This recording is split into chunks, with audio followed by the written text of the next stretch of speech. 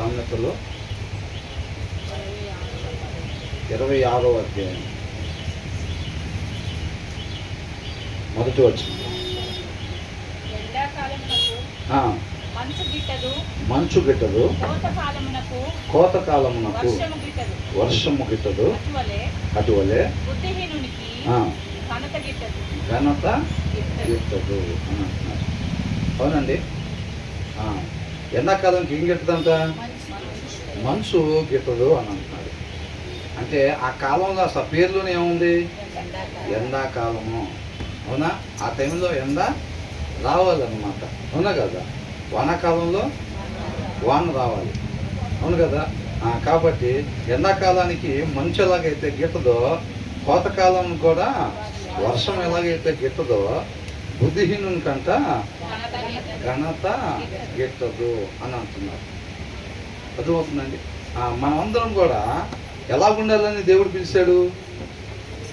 ఘనత పొందుకుండేవారుగా, గనులుగా ఉండాలని దేవుడు మనల్ని పిలిచాడు అన్నమాట. అంటే బుద్ధిమంతులుగా ఉండాలి అని అంటున్నాడు. అర్థమవుతుందండి. ఏ ఆత్మ కూడా నశించుకోకూడదు. అందరూ కూడా తండ్రితో పాటు సమాధానపడి అందరూ కూడా చక్కగా తండ్రితో పాటు వివేకాలు ఉండాలి. రేపు అవమానపడే వాళ్ళంగా కాకుండా గణపరచబడే వాళ్ళంగా మనం ఉండాలి. ఎవరెవరంట? అందరూ కూడా. ఏ ఆత్మ కూడా నశించిపోవటానికి ఇష్టం లేదు. అందరూ కూడా ఘనత పొందుకునే వారుగా ఉండాలని ఆయన పిలిచాడు. మనల్ని ఇష్టపడుతూ ఉన్నాడు అనమాట. కాబట్టి ఈ వచనంలో మనకి ఏం చెప్తున్నారు? బుద్ధిహీనుల్లాగా ఉండొద్దు. బుద్ధిహీనులకి ఘనత గిట్టదు. వాళ్ళకి అసలు ఘనత రాదు. అర్థమవుతుందండి. ఘనత ఎవరి మీదకి పడితే వాళ్ళ మీదకి వచ్చిద్దా? రాదు. అట్లాగా అది బుద్ధిమంతులకి మాత్రమే చెందింది అనమాట ఆ ఘనత అనేది. అర్థమవుతుందండి. కాబట్టి బుద్ధిహీనులకి ఘనత అనేది దక్కదు. రేపు బుద్ధిహీనులు ఎంతమంది ఉన్న తీర్పులో వాళ్ళకి ఘనత వచ్చిద్దా, అవమానం వచ్చిద్దా? ఎంతమంది అయితే బుద్ధిహీనులుగా ఉంటారో అంతమందికి అవమానమే వచ్చిద్ది అన్నమాట. రేపు ఆ తీర్పులో నిలబడిన వాళ్ళు 1000 మంది బుద్ధిహీనులు ఉన్నారు అనుకోండి, అవమానం ఎంతమందికి వచ్చింది? 1000 మందికి అవమానం వచ్చింది. 1000 మంది బుద్ధిమంతులు ఉంటే ఘనత ఎంతమందికి వచ్చింది? 1000 మందికి ఘనత వచ్చింది. కాబట్టి మనందరం కూడా ఘనత పొందుకోవాలని చెప్పి దేవుడు మనల్ని పిలుస్తూ ఉన్నాడు. ఆ ఘనత మనం పొందుకోవాలి అని అంటే బుద్ధిమంతుల్లాగా ఉండాలి తప్ప మనం బుద్ధిహీనులుగా ఉండకూడదు. మరి ఇప్పుడు ఆ బుద్ధిమంతులుగా ఉండాలంటే బుద్ధి ఎక్కడి నుంచి వచ్చింది? దేవుని వాక్యం నుంచి అది వచ్చింది. కాబట్టి ఆ ఫూల్స్ లాగా మనం ఉండకూడదు అని అంటున్నాడు. Like snow in summer or rain in harvest, honour is not fitting for a fool అని అంటున్నాడు. అర్థమవుతుందండి. ఘనత అనేదంట బుద్ధిహీనునికి తగినది కాదు, అసలు రాదు వాళ్ళకి. కాబట్టి మనమందరం కూడా బుద్ధిమంతుల్లాగా ఫూల్స్ లాగా ఉండకూడదు. జ్ఞానవంతుల్లాగా, వివేకవంతుల్లాగా, తెలివి కలిగిన వారిగా, బుద్ధిమంతులుగా మనం ఉండాలి. వాక్యాన్ని బాగా చదవాలి. ఆ బుద్ధి ఎక్కడి నుంచి వచ్చింది? అవునా? సరుకులు ఎక్కడో దగ్గర ఉంటేనే మనం తెలుసుకోగలుగుతాం. కాబట్టి ఆ బుద్ధి మనకు కూడా రావాలి అని అంటే ఆ దేవుడి దగ్గర, వాక్యమై ఉన్న దేవుడి దగ్గర ఉండిద్ది అనమాట. అది ఆయన దగ్గర నుంచి మనం తెచ్చుకోవాలి. ఆయన మనం హృదయంలో పెట్టుకున్నట్లయితే కనుక అప్పుడు మనం బుద్ధిమంతులుగా ఉండేవారంగా ఉంటాము. అంతే తప్ప మనం ఎప్పుడైతే జ్ఞానం లేకుండా ఉంటే, వాక్యం చదవకపోతే, మనకు కూడా తెలియకపోయినా మన క్రిస్టియన్ పేర్లు పెట్టుకున్న ఫెలోషిప్స్కి వెళ్తున్నా సరే, బాప్టిజం తీసుకొని ఉన్న పుట్టి క్రైస్తవులు అయినా సరే బుద్ధిహీనులుగానే ఉంటాము. అవమానాన్ని ఎదుర్కొనే వారంగా ఉంటాం. అది మనం ఎవరైనప్పటికీ కూడా అంతేనండి. కాబట్టి మనం బుద్ధిమంతులుగా మాత్రమే మనం ఉండాలి. వాక్యాన్ని చదవాలి చక్కగా. మనిషి ఉండాల్సిన విధానము దేవుని వాక్యము. కాబట్టి మనం ఉండాల్సిన విధానం దీంట్లో తెలియజెప్పబడతా ఉండిద్ది అన్నమాట. దాన్ని చదువుతూ ఉంటే మనం ఎలా ఉండాలి, ఎలా ఉండకూడదో మనకి తెలుస్తూ ఉండిద్ది. కాబట్టి దాని ప్రకారంగా మనం ఆయన ఆశ్రయించి దాని ప్రకారంగా మనం ఉండేవారంగా ఉంటాము. తర్వాత ఏమంటున్నారు?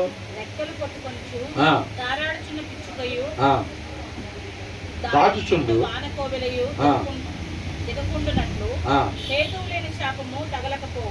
హేతు లేని శాపము తగలకపోవును. లైక్ ఫ్లటరింగ్ స్పారో అని అంటున్నాడు. ఎప్పుడైనా స్పారో పిచ్చుక, అర్థమవుతుందండి.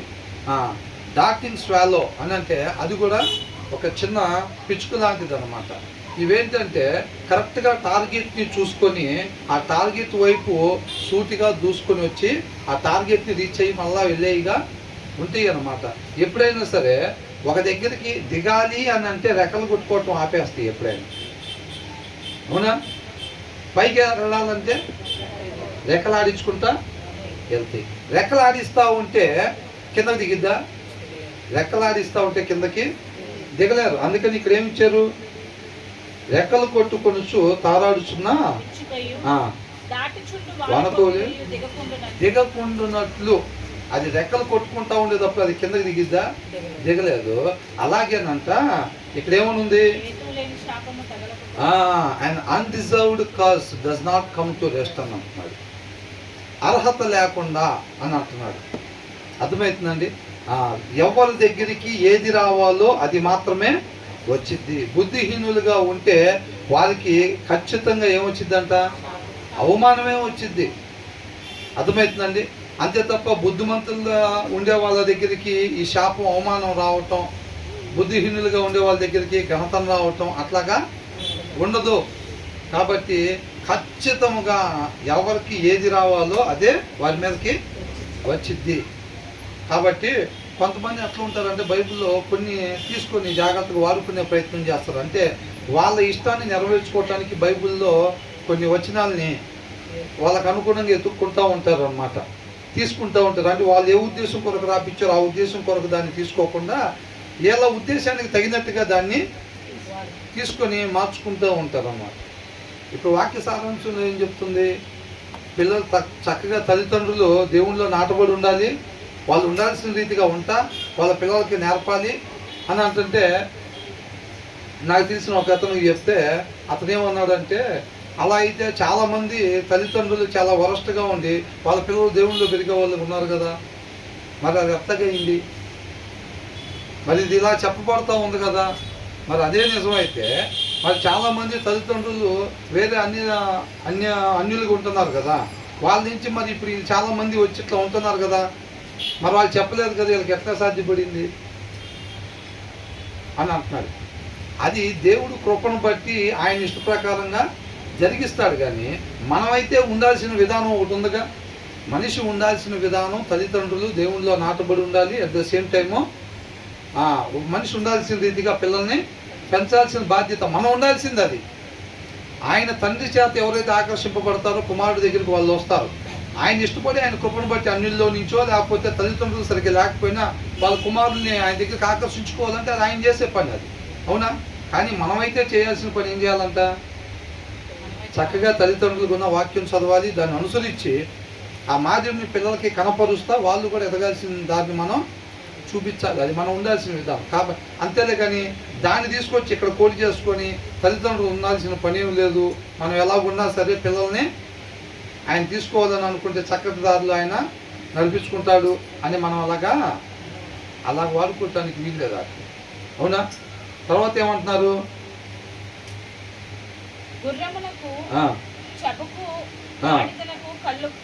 కళ్ళెము చూసారండి. ఇదంతా దేని గురించి ఉందంటే మూర్ఖులిగా ఉండొద్దు, ఫూలిష్గా ఉండొద్దు అనే దాని గురించి ఉందన్నమాట. ఫూలిష్గా ఉంటే రేపు అవమానానికి గురవుతారు, నిత్య నరకాగ్నికి వెళ్ళిపోతారు. అది ఖచ్చితంగా జరిగిద్ది అనమాట. అర్థమవుతుందండి? అది ఖచ్చితంగా జరిగిద్ది. గుర్రము కంట చబుకు గాడిదకు కళ్ళెము అంటే ఎందుకు పెడతారు? అది ఎటువైపు వెళ్ళాలి దాన్ని డిసిప్లైన్ చేయటం కోసం పెడతారు అన్నమాట, అవునా? కొరడా పట్టుకుంటారు గుర్రం మీద వెళ్ళేటప్పుడు.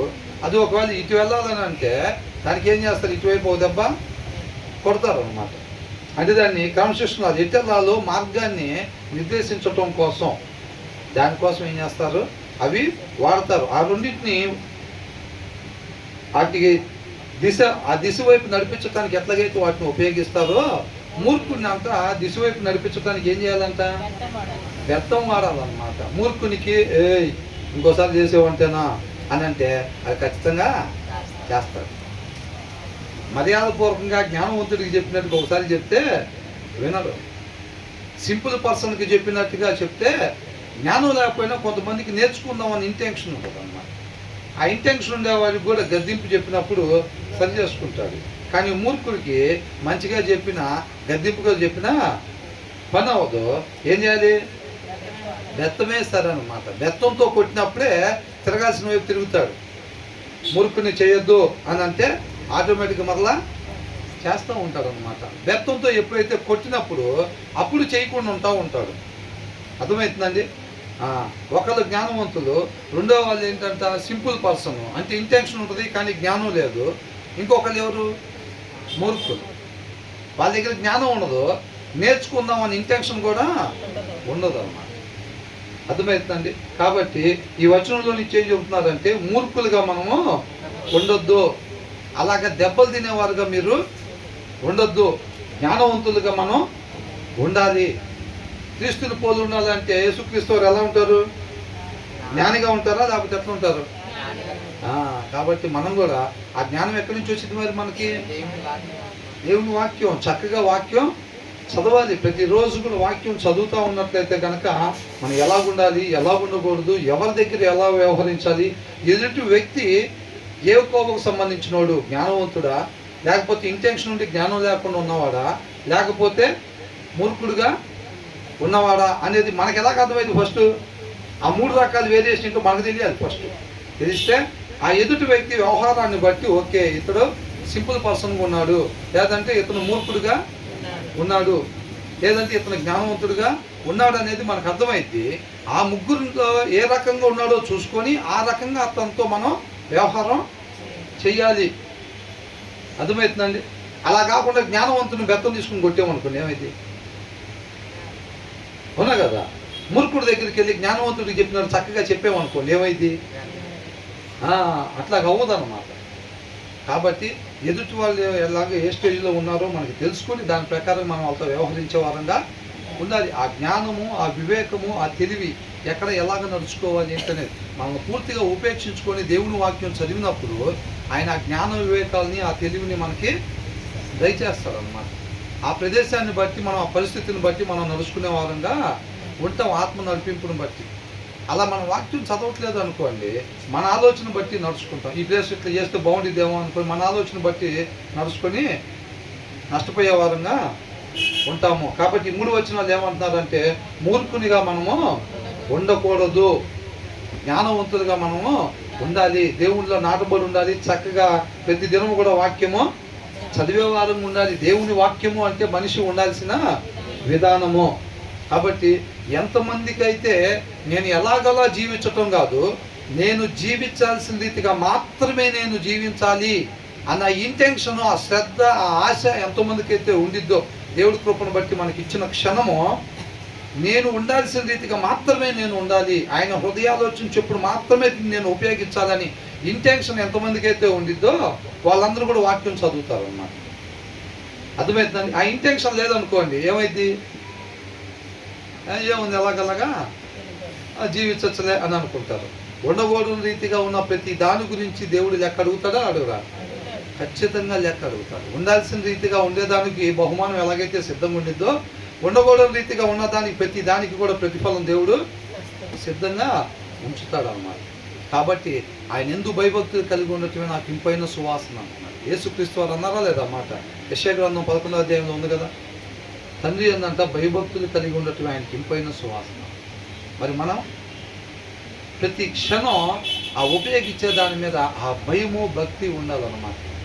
ఉపయోగించాల్సిన రీతికి మాత్రమే నేను ఈ క్షణాన్ని ఉపయోగించాలని ఆ ఇంటెన్షన్ ఎవరికైతే ఉండిద్దో వాళ్ళు తప్పక వాక్యాన్ని చదివేవారుగా ఉంటారు, శ్రద్ధతోటి అన్నమాట. అర్థమవుతుందండి? ఆ తర్వాత ఏమంటున్నారు? ఈ 3 వచనాలు ఒకదానికి సంబంధించింది. 4వది ఏంటంట?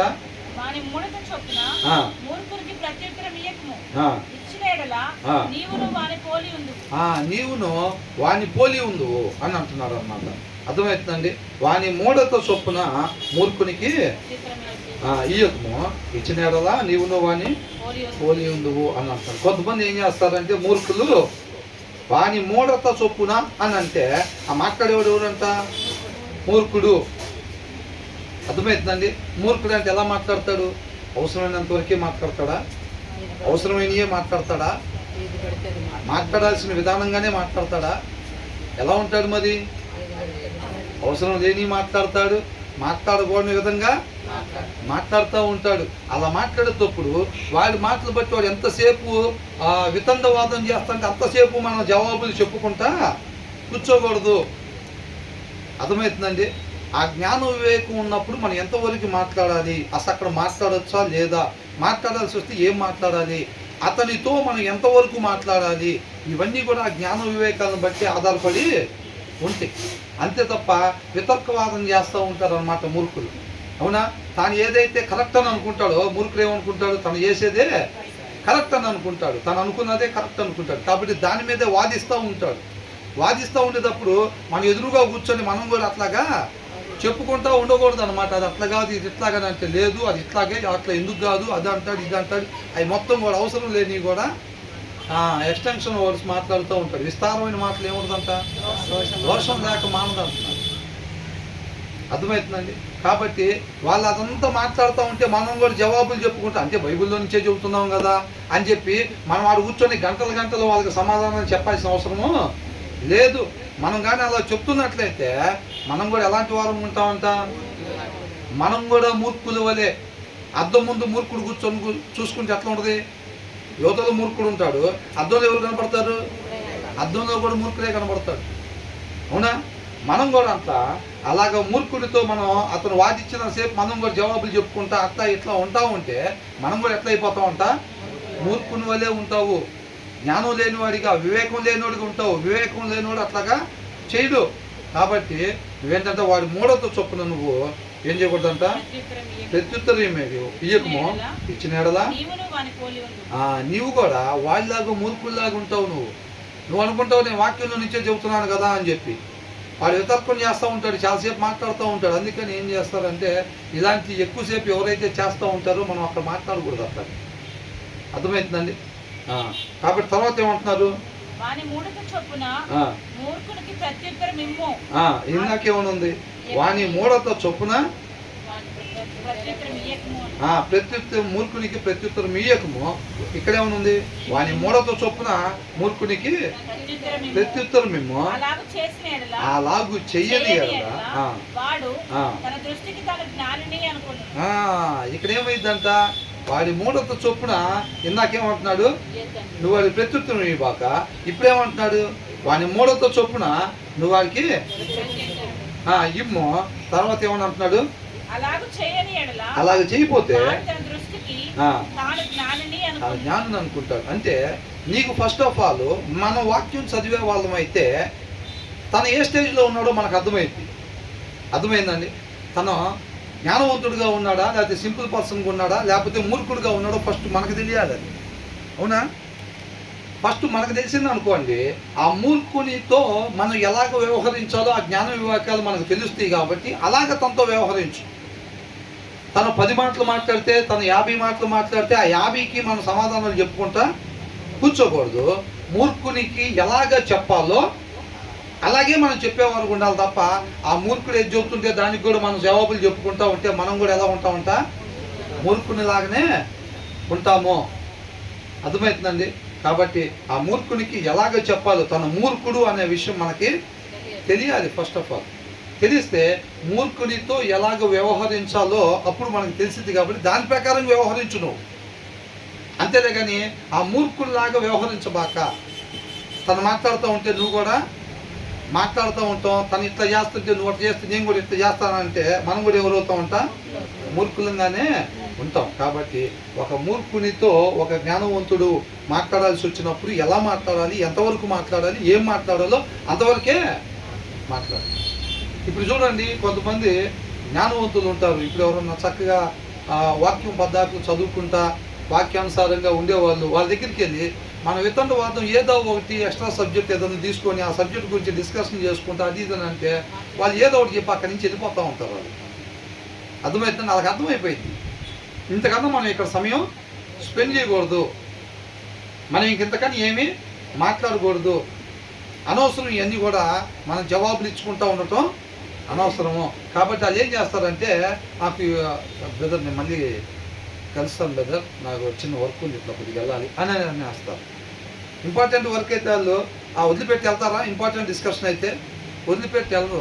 వాళ్ళకి అర్థమైపోయింది ఇక మనం ఇక ఉండకూడదు, ఇంతకన్నా ఎక్కువ మాట్లాడటం అనవసరము అని అనిపించింది అనమాట. వాళ్ళు ఆటోమేటిక్గా ఏం చేస్తారంటే ఏదో ఒకటి చెప్పి అక్కడి నుంచి పక్కకి వెళ్ళిపోతూ ఉంటారు అనమాట, వితండవాదం చేసే వాళ్ళ దగ్గర. అందుకని కొంతమంది అంటారు అతను కొద్ది పక్కకి తీసుకెళ్ళని అంటారు.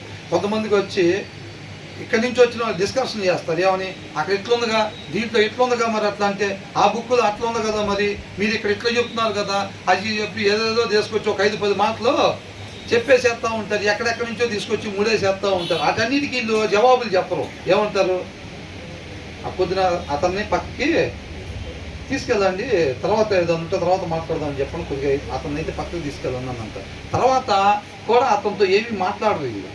అర్థమైందండి? వీళ్ళు ఏదైతే చెప్పాలనుకుంటున్నారో దాని ప్రకారంగా చెప్పేసి తర్వాత అక్కడి నుంచి వాళ్ళు వెళ్ళిపోయేవారు ఉంటారు తప్ప అతను కలిసి ఆ డిస్కషన్ డిబేట్లు ఏమి వీళ్ళు జరపరు అన్నమాట. వాళ్ళకి అర్థమైపోయింది అక్కడ పరిస్థితి. అర్థమవుతుందండి? తను ఏ స్థితిలో ఉన్నాడు, తనతో ఎలాగ వ్యవహరించాలి అనేది వీళ్ళకి అర్థమైపోయింది. కాబట్టి ఆ రకంగా వ్యవహరించేవారుగా ఉంటారు. అలా వ్యవహరించాలంటే మనం కూడా ఏముండాలి? జ్ఞానము, వివేకము, ఆ తెలివి మనకి ఉండాలి. అది మనకు అనుకుంటే వచ్చేది కాదు, అది మనకు అనుకుంటే వచ్చేది కాదు. నిత్యం ఆయన మీద ఆధారపడాలి, ఆయన నడిపింపునే కోరుకుంటూ ఉండాలన్నమాట.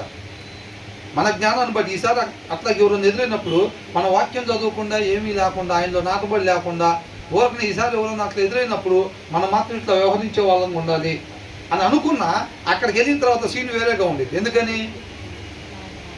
అలాగ వ్యవహరించాల్సిన రీతిగా మాత్రమే వ్యవహరించే ఆయన నీలో లేడు. ఫస్ట్ ఆయన లేకుండా నువ్వు అలా ఉందామని అనుకున్నావు అంతే. అర్థమవుతుందండి? హృదయంలో లేనిది ఏది కూడా నోట్లో నుంచి బయటికి రాదు. మన జీవిత విధానంలో ఆ క్రియలు జరగవు అన్నమాట. అలాగ వ్యవహరించే ఆ జ్ఞానవంతుడు ఫస్ట్ మన హృదయంలో ఉంటే అప్పుడు మనం అక్కడ వ్యవహరించాల్సిన రీతికి మాత్రమే వ్యవహరించే వారంగా ఉంటాము. అర్థమవుతుందండి? ఈ పద్ధతిలో వెళ్తేనే ఈ లోకం మాలిన్యం మనకు అంటకుండా ఈ లోకాన్ని జయించే వారంగా మనం ఉంటాము. అంతే తప్ప మన సొంత ఆలోచన ప్రకారంగా ఏముంది లేని అంత సేటికి వాక్యం ఏముంది, అంత సేటికి చదవాలా మనం వాక్యం, చదవకుండా జాగ్రత్తగా ఉండి సరిపోదా అని అంటే సరిపోదు. నీకు ఎదుటి వ్యక్తి ఏ స్టేజ్లో ఉన్నాడో నీకు నాకు తెలియదు. తెలియనప్పుడు ఏం చేస్తాం? మనం ఏదో ఒక పద్ధతి అనుకొని ఆ పద్ధతిలో అతన్ని డీల్ చేయటం మొదలు పెడతాం. అప్పుడు తప్పుడు దారులు వెళ్ళిపోయే వాళ్ళంగా ఉంటాం అన్నమాట. తర్వాత ఏమంటున్నారు?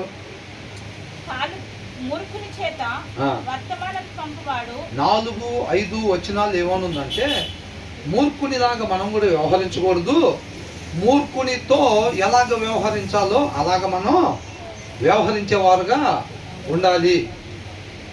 అర్థమవుతుందండి?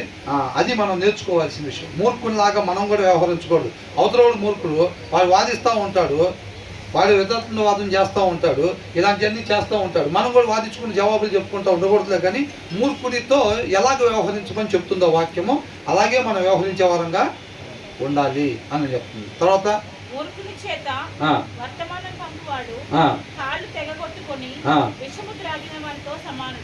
ఏంటంట? మూర్ఖునితో. ఇదంతా చూసారా? స్టోరీ అబౌట్ ఫూలిష్ అన్నమాట. మూర్ఖుని గురించే మొత్తం చెప్పబడతా ఉంది. మూర్ఖునితో వర్తమానము. ఒక మంచి కాంట్రాక్ట్ ఏం చేతకన్నోడికి ఇచ్చామనుకోండి, సక్సెస్ వచ్చింది, దాని నుంచి బ్రహ్మాండమైన లాభం వచ్చింది అనుకుంటే ఏమొచ్చింది? భయంకరమైన నష్టం వచ్చింది. అర్థమవుతుందండి? భయంకరమైన నష్టం వచ్చింది. ఇప్పుడు ఒకటి రావాలి, ఒక పని అని అంటే వాటికి సంబంధించిన మెటీరియల్ కావచ్చు, ఇవన్నీ కూడా కొనుక్కొని రావాలి కదా, డబ్బులు ఇన్వెస్ట్ చేయాలిగా. అవన్నీ చేసి ఆ పని చేయటం చేతనోడికి ఒకరికి ఇచ్చామనుకోండి, ఆ కాంట్రాక్ట్ ఏం చేస్తాడు? లాస్ట్ చేసేస్తాడు. తనకు పని చేత అవ్వదు. చేత ఉన్నప్పుడు ఏమైంది? ఈ పెట్టిన పెట్టుబడి ఇది మొత్తం కూడా వేస్ట్ అయిపోతాయి అన్నమాట. అవునా? లాభం రాంది కాక ఏమొచ్చింది? నష్టం వచ్చింది అనమాట. అందుకని అదే చెప్తున్నారు ఇక్కడ. మూర్ఖుడు అంటే ఎంత భయంకరంగా ఉంటారో అది అలాగ మనం ఎప్పుడు కూడా ఉండకూడదు అని చెప్పి దేవుడు చెప్తూ ఉన్నాడు అనమాట. కాబట్టి వానిమ్మో ఇక్కడ ఏమనుంది? మూర్ఖుని చేత వర్తమానము పంపువాడు కాళ్ళు తెగ్గొట్టుకొని విషం తాగిన వాళ్ళతో సమానం. విషం తాగితే హాస్పిటల్ కానీ వెళ్తాను కొన్ని ఉండిద్దా? కాళ్ళు తెగ్గొట్టుకొని ఉంటే ఏమైతే ప్రాణాలు పోయేగా, చనిపోయేవారుగా, నష్టానికి గురయ్యేవారుగా ఉంటారు. కాళ్ళు తెగ్గొట్టుకొని విషం తాగితే ఎంత నష్టం జరిగిద్దో మూర్ఖుని చేతికి వర్తమానం ఇచ్చి పంపిస్తే కూడా అంతే ఉండిద్ది అనమాట. ఒక పని చేయటానికి మూర్ఖుని ఎన్నుకున్నారు అనుకోండి, అర్థమవుతుందండి. అది ఏ పని అయినా కానీ మూర్ఖుని ఎన్నుకుంటే ఏమైందంట, అది కూడా అంతే నష్టం. కాళ్ళు తెగ్గొట్టుకొని విషం తాగినోడికి ఎంత నష్టం జరిగిద్దో దీనికి కూడా అంతే నష్టం జరిగిద్ది అనమాట. కాబట్టి అంటే మూర్ఖుని ప్రతాపం అది అనమాట. కాబట్టి అలా మూర్ఖుల్లాగా మనం ఎప్పుడు కూడా ఉండకూడదు. తర్వాత ఏమంటున్నారు,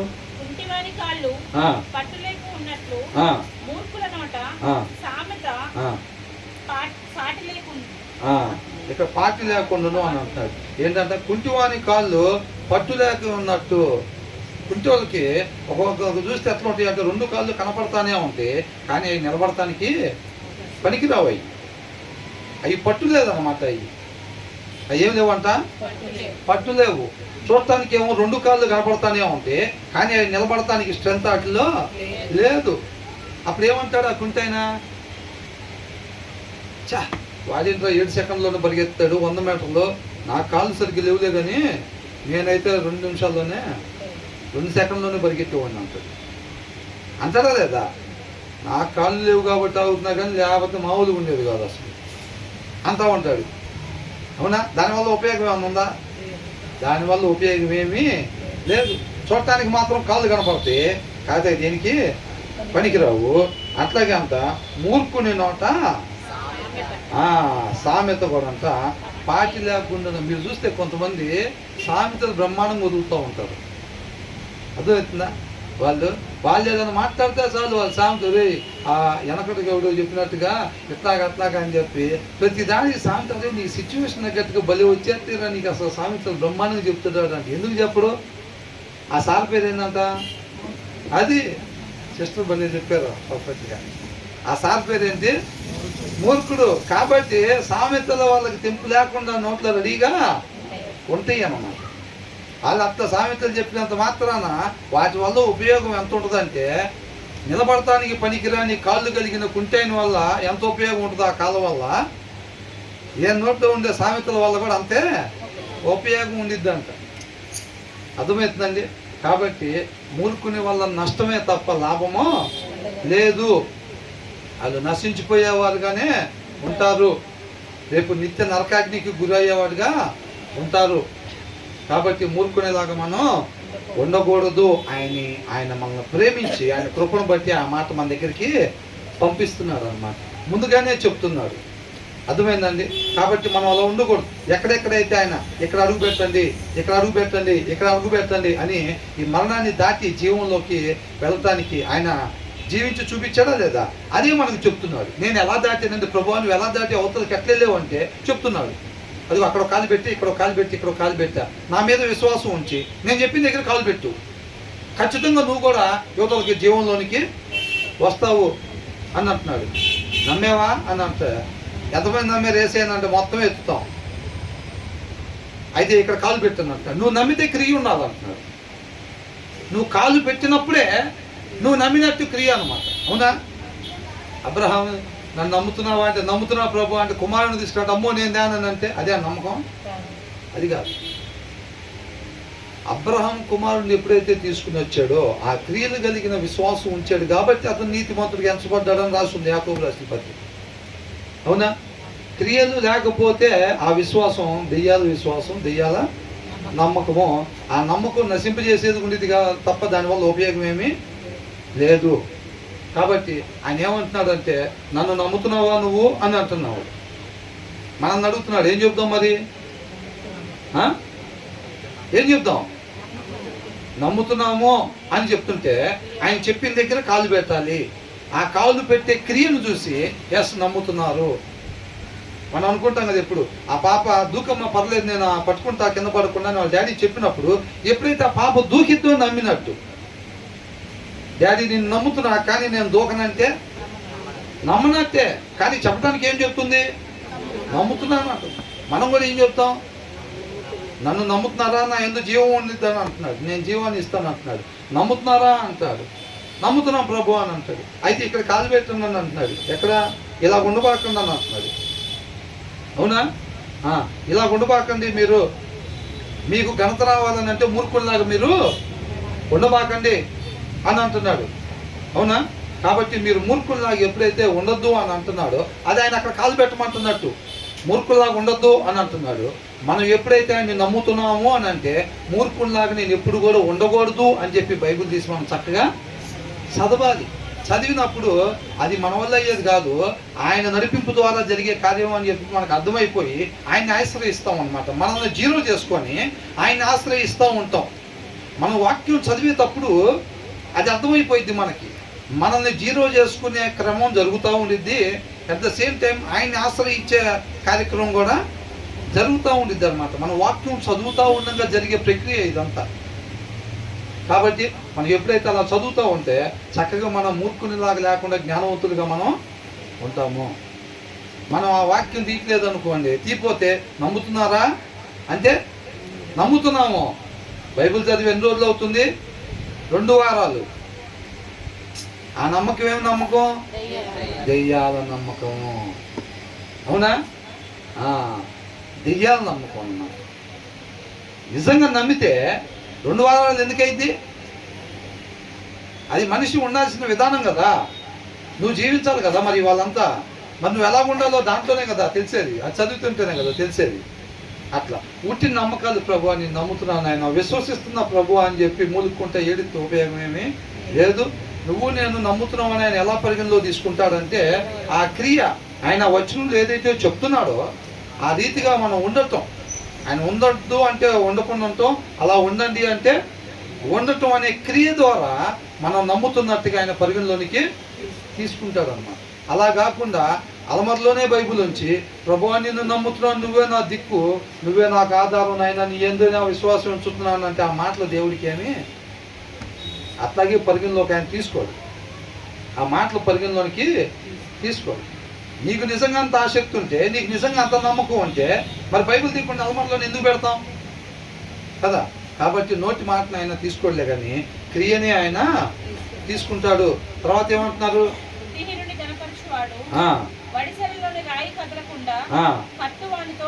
చూసారా అండి, బుద్ధిహీనుని గణపరుస్తూ ఉంటారు కొంతమంది. అరే నువ్వు నెంబర్ 1 రా, నిజంగా ఎట్లారా అట్లారా అది ఇదని అంటాడు. ఈయన ఎట్లాంటి వాడు? బుద్ధిహీనుడు కాదంట. అట్లాగా ఆ బుద్ధిహీనుని గణపరిచేవాడు, గణపరుస్తాడు. చూసారండి, అరే నువ్వు నెంబర్ 1 రా అది ఇదని అంటారు. చూసారండి, ఈ గణపరిచేవాడు ఎలాంటోడు అంటే ఒడిసెల్లో రాయి అంటే ఇప్పుడు క్యాట్ బాల్లో రాయి పెట్టుకొని క్యాట్ బాల్తో రాయి పెట్టి కొడితే ఆ రాయి ముందుకు పోవాలా పోకూడదా? పోవాలి కదా. అది ముందుకు పోకుండా క్యాట్ బాల్తో కట్టి పెట్టుతారు. చూసారండి వాళ్ళు. దానివల్ల ఉపయోగం ఏముంటుంది? ఉపయోగం ఏమైనా ఉండిద్దా? ఉపయోగం ఉండదు కాక అది బాగా సాగదీసి వదిలిపెట్టినప్పుడు అది ఎవరికి తగిలిద్ది? మనకే తగిలిద్ది అనమాట. అట్లాగా బుద్ధిహీనుని గణపరుచువాడు వరుసల్లో రాయి కదలకుండా కట్టువానితో సమానుడు అంట. కాబట్టి మన అవసరాల కోసం బుద్ధిహీనుని గణపరిచేవాడు. నువ్వు నెంబర్ 1, నువ్వు మంచోడివి, నువ్వు ఇట్లా చేస్తావు, నువ్వు అట్లా చేస్తావు, అది బుద్ధిహీనుడు అని తెలిసినా సరే వాళ్ళు కొద్దిగా బూస్ట్ తప్పించి మనం పనులు చేసుకుందాం అని చూస్తూ ఉంటారు. చూసారండి, అట్లాంటి వాళ్ళంతా వరుసల్లో రాయి పెట్టంటే అది కదలకుండా ఎవడైతే కట్టుకుంటాడో ఎంత నష్టపోతాడు? అవునా? అంత నష్టపోతాడు. అట్లాంటి బుద్ధిహీనుడిని నువ్వు ఎప్పుడైతే నువ్వు నెంబర్ 1 రా, నువ్వు కరెక్ట్ రా, నువ్వు వాళ్ళకి నువ్వే సరిరా అని అంటారు. చూసారా, వాళ్ళ వల్ల వీళ్ళకి వ్యక్తిగతంగా నష్టం ఉండదు, వ్యవస్థకు కూడా నష్టం, సొసైటీకి కూడా నష్టం ఉండిద్దా లేదా? నువ్వే సరిరా, నువ్వే నెంబర్ 1 రా, నువ్వే కరెక్ట్ రా అన్నప్పుడు ఆ బుద్ధిహీనుడు ఎట్లా ఉంటాడు? అలాగే అందరితో వ్యవహారం చేస్తూ ఉంటాడు. అలాంటి వాడు ఎంతమందికి అయితే ఎదురవుతూ ఉంటే అంతమంది నష్టపోయేవారుగా ఉంటారు. బుద్ధిహీనుడు ఏం నేర్పుతాడు? ఆ లోపలంతా చెత్తా చెదారం ఉంటుంది. మాట్లాడకూడదు మా ఆలోచనలు, ఆలోచించకూడని ఆలోచనలు, ఇవన్నీ కూడా లోపల ఉంటాయి.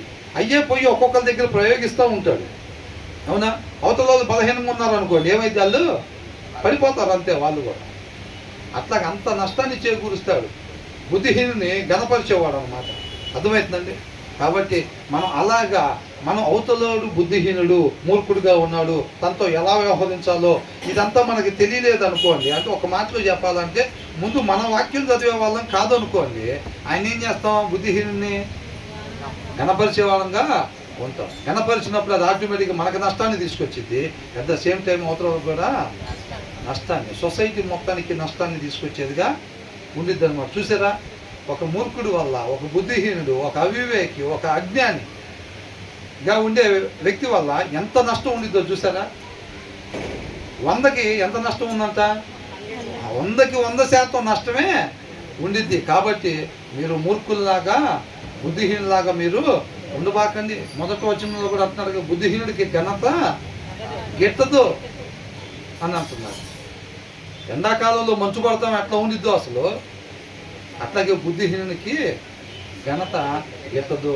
మీరందరూ కూడా గనులుగా ఉండాలని నేను కోరుకుంటా ఉన్నాను అని అంటున్నాడు దేవుడు. అర్థమవుతుందండి? కాబట్టి మనం ఎప్పుడు కూడా మూర్ఖుల్లాగా అవివేకుల్లాగా మనం ఉండకూడదు. తర్వాత ఏమంటున్నాడు?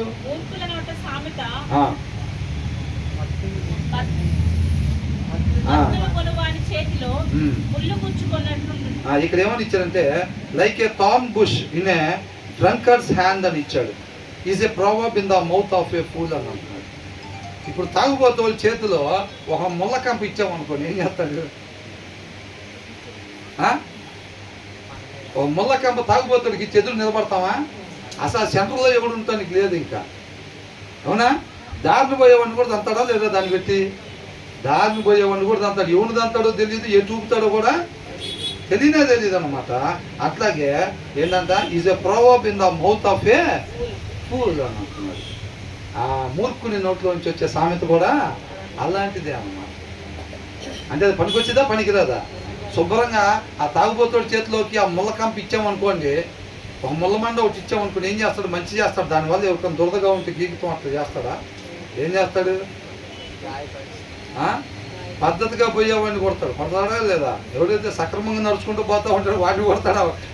దాన్ని వాడిని ఎందుకు కొట్టేవారు? వాడు పద్ధతికి పోతుంటే వాడిని ఎందుకు కొట్టేవాడు? నా ఇష్టం నిన్ను కూడా కొడతా ఉంటాడు, వాడిని కూడా కొడతాడు. అది ఎంత నష్టం అయిద్దో అట్లాగే వీళ్ళు కూడా ఏం చేస్తారంట, మూర్ఖుని నోట్ల సామెత కూడా అలాంటిదే. నష్టం చేసిద్దా లేదా లాభం చేసిద్దా? నష్టమే చేసిద్ది.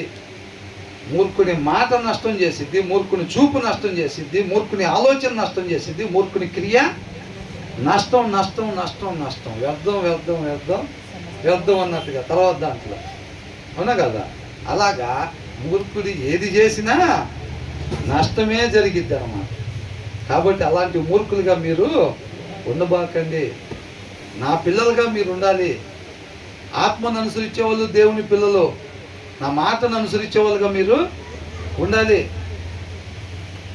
మీరు నేను ఎవరైనప్పటికీ కూడా వాక్యాన్ని మనం కానీ చదవకపోతే ప్రతి దినము ఎలా ఉంటాం? మూర్ఖుని వలె ఉంటాము. మూర్ఖులు అంటే ఎవరో సపరేట్గా అక్కడ మందు సీసాలు కాడ కొనుక్కొని మందు షాపుల కాడ మందు తగ్గే వాళ్ళు మాత్రమే మూర్ఖులు అంటే కాదండి. పద్ధతిగా చీర కట్టుకొని పద్ధతిగా ప్యాంటు చొక్కా వేసుకొని బైబిల్ చదవకపోతే కూడా ఇద్దరు సమానమే. ఇద్దరు సమానమే. అర్థమవుతుందండి? అది చూసుకోవాలన్నమాట. వాక్యం చదవకుండా ఉంటే చాలు. ఇప్పుడు దావీదు ఆ రోజు కోట మీద ఉన్నప్పుడు మందు తాగాడా? సిగరెట్లు తాగాడా? లేకపోతే ఇంక వేరేగా ఏమైనా ఉన్నాడా? ఏం లేదు కదా. ఇప్పుడు అట్లాగనమాట. కాబట్టి మనం కూడా ఏంటంటే మనకే తెలియదు, మూర్ఖుని వల్లే మాట్లాడతాము, మూర్ఖుని వల్లే వ్యవహరిస్తాము. ఎప్పుడు వాక్యమైన దేవుడు మన హృదయంలో లేకపోతే మనిషి నడవాల్సిన రీతిగా నడవలేడు. మనిషి వలనది కాదు.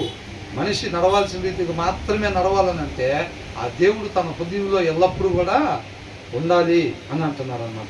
తర్వాత ఏంటంటే మూర్ఖుని వల్ల ఎంత నష్టం ఉందో చూడండి. ఆయన కృపను బట్టి ప్రతి వచనం కూడా ఒక ఎగ్జాంపుల్తో మన ముందు పెడుతున్నాడు. ఒక ఎగ్జాంపుల్తో. అవునా కదా?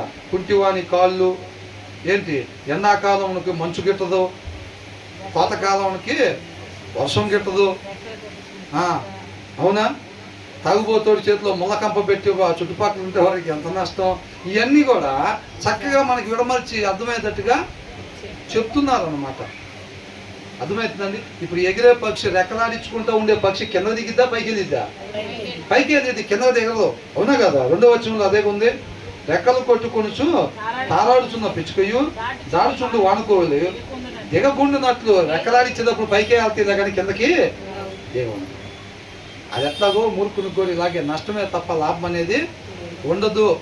కాబట్టి మనం వాక్యం చదవకపోతే ఎంత పద్ధతిగా షర్టు ప్యాంట్ వేసుకున్నా సరే ఇన్సైడ్ ఎలా ఉంటుందంట? మూర్ఖునిలాగానే ఉంటాము. ఏం లేదు, కాముకుంటాం, చూడటానికి పద్ధతిగా ఉంటాం, ఏసేంద్ర వాడిని అంటాం. అర్థమవుతుందండి? ఎలా ఉంటాం? చూడటానికి డీసెంట్గా డిగ్నిటీగానే ఉంటాం. లోపలేముంది? చెత్తే ఉంది. లోపల చెత్త ఉంది కాబట్టి వాడి నోరు తెలిసి మాట్లాడే మాట ఏముంటుంది? వదిలేయండిరా, క్షమించి వదిలేయండిరా అంటాడా, వేసేయండిరా అంటాడా? నీట్గా షర్టు ప్యాంట్ వేసుకుని వచ్చి వేసేయండిరా అంటాడు అంతే. ఎందుకంటే లోపల ఉంది, అదే ఉంది. అర్థమవుతుందండి? అట్లాగనమాట. కాబట్టి మనం ఎంత పద్ధతిగా ఉన్నా లేకపోతే ఇక్కడ కానీ దేవుని వాక్యం లేకపోతే కనుక మనం మూర్ఖులమే. అంతే తప్ప వాడు సొక్కాలు చింపుకుండా వంతుల మీద పడిపోయి ఉండేవాడు, లేకపోతే సీసాలు కొనుక్కుని అక్కడ డివైడర్ల మీద కొనుక్కునే వాళ్ళు మాత్రమే మూర్ఖులని మనం ఎప్పుడు కూడా అనుకోకూడదు. హృదయంలో వాక్యం లేకపోతే ఎవరైనా సరే మూర్ఖులే. ఎందుకంటే హృదయంలో వాక్యం లేనప్పుడు మనిషి ఉండకూడని రీతిగా ఉంటాడు అన్నమాట. మాట్లాడకూడని మాట మాట్లాడతాడు. ఎందుకంటే ఆ మాట ఇక్కడ లేదు, వాక్యం కావాలిగా లేదు కాబట్టి మాట్లాడాల్సిన మాట ఆయన అందిస్తాడు హృదయంలో నుంచి, దాన్ని పంపిస్తాడు బయటికి. అది కావాలిగా ఉంటుంది, మన హృదయ తలంపులకి మన ఆలోచనలకి కావాలిగా ఉండేది. ఆ వాక్యం లేకపోతే కావాలి లేదు కాబట్టి మనిషికి ఆలోచనలు అనేకం ఉంటాయి, వాటికి ఏదో ఒకటి బయటికి వచ్చేసిద్ది అనమాట. అది తర్వాత ఏమంటున్నారు? మూర్ఖుని వలన అధికముగా నొందినవాడు సమస్తమును చేయవచ్చును, మూర్ఖుని వలన కలుగు లాభము నిలువదు, కూలికి వాడిని పిలిచిన వాడును చెడిపోవు. Like an archer who wounds at random అంటాడు, is one who hires a fool or any passerby అని అంటాడు. ఇందాక అనుకున్నాం కదా, మూర్ఖుని అంట మనం పని కోసం ఎన్నుకున్నప్పుడు ఏం జరిగిద్దంట? లాభం జరిగిద్దా, నష్టం జరిగిద్దా? నష్టమే జరిగిద్ది అని అంటున్నాడు అనమాట. కాబట్టి మనం ఈ వచనాలు ఇంతటితో ఆపుదామండి, తర్వాత నుంచి మిగతా తర్వాత ధ్యానించుకున్నాం. మూర్ఖుని ఏది చేసినా కానీ తనకి ఏం జరిగిద్దంట? నష్టమే జరిగిద్ది. అందరికీ కూడా నష్టమే జరిగిద్ది. కాబట్టి మనం మూర్ఖుని వల్లే మనం ఎప్పుడు కూడా ఉండకూడదు అని చెప్పి దేవుడు చెప్తా ఉన్నాడు. మూర్ఖునిలాగా ఉండకూడదు అంటే ఏం చేయాలి? మనం వాక్యాన్ని చక్కగా చదువుకోవాలి. మనిషి ఉండాల్సిన విధానం ఏంటన్నది శ్రద్ధగా చూసుకొని దాని ప్రకారంగా మనం ఆయన ఆశ్రయించి ఉండాల్సిన రీతికి మాత్రమే మనం ఉండేవారంగా ఉండాలి. అవునా? న్యాయవంతులు ఎవరంటే నీతిమంతులు ఎవరు? వాక్యాన్ని అనుసరించే వాళ్ళు నీతిమంతులు. వాక్యం చదువుతుంటే దాంట్లో ఏముందో తెలిసిద్ది, అప్పుడు మనం ఏం చేయాలి ఏం చేయకూడదో తెలిసిద్ది. కాబట్టి దాని ప్రకారంగా మనం ఉంటాము. అంతేనా? కాబట్టి వాక్యాన్ని మనం ప్రతి దినం కూడా చక్కగా చదవాలి. అప్పుడే మనం దాని ప్రకారంగా ఉండాలనే ఆశ కలిగి ఆయన ఆశ్రయించే వారంగా ఉంటామన్నమాట. దేవుడికి